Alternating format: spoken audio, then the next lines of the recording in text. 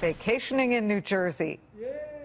Yay. Both Austin and I live in New Jersey, and President Trump wants to go there, too. He's expected to board Air Force One and head off on a 17-day working vacation with Congress already in their beach chairs or back home. But in Washington, D.C., folks, it is anything but a vacation. The halls of the White House may be empty, but they're being haunted by tax reform and health care legislation ghosts who are waiting to get Congress's full attention.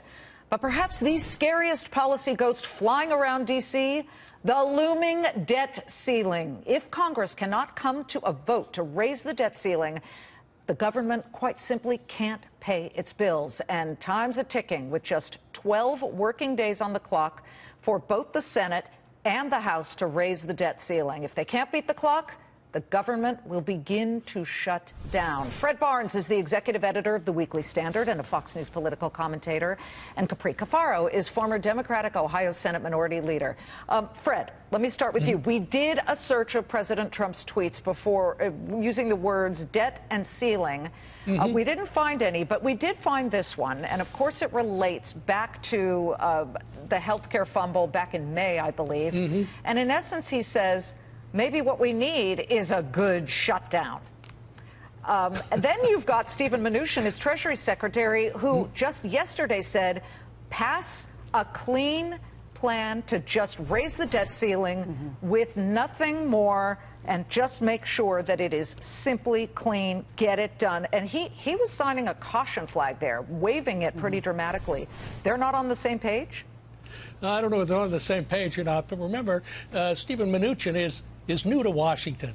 I've lived my whole life here. I've been in journalism for about 40 of those years, and guess what? We go through this debt ceiling thing year after year after year, and it's been, and people say, oh, the economy's going to collapse and the government will have to shut down and so on. Never happens on the debt ceiling. I mean, the debt ceiling... Well, not never. Didn't it happen in 2011 or 2013? Right. Well, Caprice, but Fred is partly right here. This is a delicate dance and an ugly one with the overbite where I don't even know. They do it every time. But when Steven Mnuchin sends a letter and says, by late September, we're done. No more cash, not even in the seat cushions of the car. Right. Then what? Do you believe that this Congress can get together and do what many Congresses in the past have done, and that is raise the debt ceiling? I certainly hope so, and I think that it is possible. There are a number of veteran lawmakers left on Capitol Hill that do understand the necessity of raising the debt ceiling and dealing with that issue as it comes up and has, as we've all mentioned a number of times. The federal fiscal year ends September 30th, which is why we are, under the gun to get things done. And, lawmakers, for better or worse, do love to procrastinate. And a lot of times they need that deadline to, actually get things done. So it is my hope that that is going to be the case.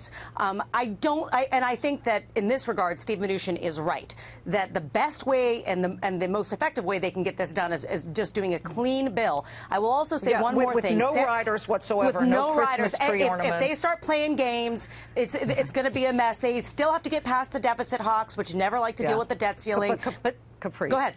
Fred's smiling because he's seen this movie about 1 million times. Most of America has. But Fred, isn't it ironic, Fred, that even those times his you mentioned, predecessors, Jack Lew, Timothy Geithner, they wrote pretty much the same letter and made the same statements over the past. Democrat, Republican. But is there such thing as a good shutdown?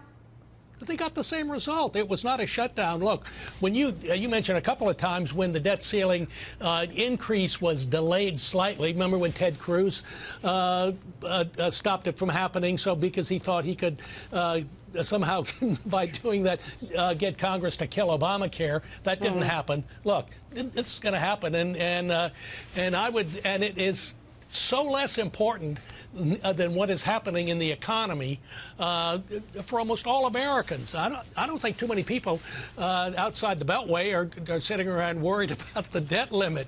And I live inside the Beltway, and I'm not worried about it. Well, and if I may, I represented Northeastern Ohio for a decade prior to term limits in the Ohio Senate. And, we have an air base, for example, in my former Senate district in my home county of Trumbull County.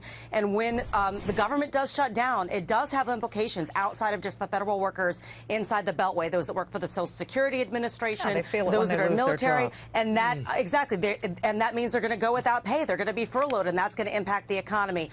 We have great job numbers, but I think that, you know, hopefully we'll see this Congress get at least one simple thing done right now. Well, the ghost of the debt ceiling is looming over the White House right now. Fred and Capri, thank you so much for joining us on this Friday. It was a quick one because of the Shkreli breaking news, but thank you so much for being here. Thank you. You're welcome. Fred and Capri.